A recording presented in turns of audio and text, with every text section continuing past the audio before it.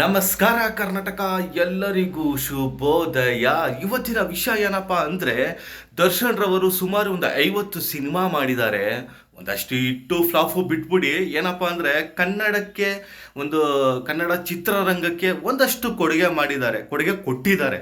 ಒಂದಷ್ಟು ಸಿನಿಮಾ ಮಾಡಿ, ಅದು ಕನ್ನಡ ಸಿನಿಮಾ ಬಿಟ್ಟು ಬೇರೆ ಭಾಷೆ ಸಿನಿಮಾ ಕೂಡ ಹೋಗಿಲ್ಲ.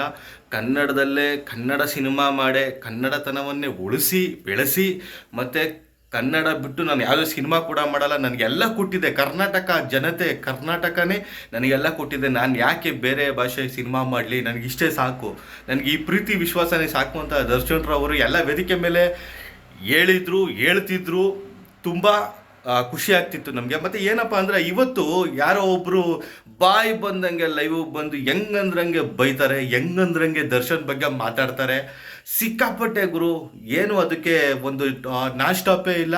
ಮತ್ತು ಏನು ಮಾತಾಡ್ತಿದ್ದೀನಿ ಅಂತ ಪ್ರಜ್ಞೆನೇ ಇರಲ್ಲ. ಆ ಥರ ಭಾಷೆಗಳನ್ನ ಪದ ಬಳಕೆಯನ್ನು ಮಾತಾಡ್ತಿದ್ದಾರೆ. ಅಷ್ಟು ಪದ ಬಳಕೆ ಯೂಸ್ ಮಾಡ್ತಿದ್ದಾರೆ. ಆದರೂ ಕನ್ನಡ ಚಲನಚಿತ್ರ ವಾಣಿಜ್ಯ ಮಂಡಳಿ ತುಟುಕ್ ಪಿಟಕ್ ಅಂತ ಇಲ್ಲ ಗುರು. ಎಷ್ಟು ನಿರ್ಮಾಪಕರು ಇದ್ದಾರೆ, ಎಷ್ಟು ನಿರ್ದೇಶಕರಿದ್ದಾರೆ. ಅವ್ರು ಯಾರು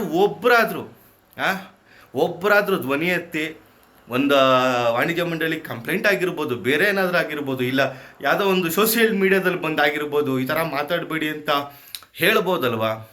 ಅದು ಯಾಕೆ ಮಾಡ್ತಾ ಇಲ್ಲ ಅಂತ ನನಗೂ ಅರ್ಥ ಆಗ್ತಾ ಇಲ್ಲ. ಇನ್ಮೇಲಾದರೂ ಇವರು ವಾಣಿಜ್ಯ ಮಂಡಳಿ, ಚಲನಚಿತ್ರ ವಾಣಿಜ್ಯ ಮಂಡಳಿಗೆ ಅಧ್ಯಕ್ಷರಾಗಿದ್ದಾರೆ. ಮತ್ತು ಅದಕ್ಕೆ ಏನೋ ಸುಮಾರು ಜನ ಇದ್ದಾರೆ, ಖಜಾನ್ಸಿ ಅದು ಇದು ಏನೇನೋ ಇದ್ದಾರೆ, ನಿರ್ಮಾಪಕರದ್ದು ಬೇರೆ, ನಿರ್ದೇಶಕರದ್ದು ಬೇರೆ ಅಧ್ಯಕ್ಷರುಗಳು ಇರ್ತಾರೆ. ಅವರೆಲ್ಲ ಒಂದು ಸ್ವಲ್ಪನಾದರೂ ಇದ್ರ ಬಗ್ಗೆ ಯೋಚನೆ ಮಾಡಿ.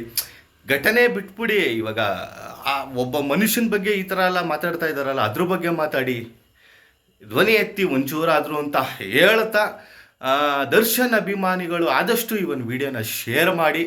ನಾನು ಹೇಳಿದ್ರಲ್ಲಿ ಏನಾದರೂ ತಪ್ಪಾಗಿದ್ದರೆ ಕ್ಷಮೆ ಕೂಡ ಇರಲಿ ಅಂತಲೂ ಈ ಸಂದರ್ಭದಲ್ಲಿ ಹೇಳ್ತೀನಿ. ಆದಷ್ಟು ಈ ಒಂದು ವಿಡಿಯೋನ ಶೇರ್ ಮಾಡಿ, ಲೈಕ್ ಮಾಡಿ. ನಮಸ್ಕಾರ.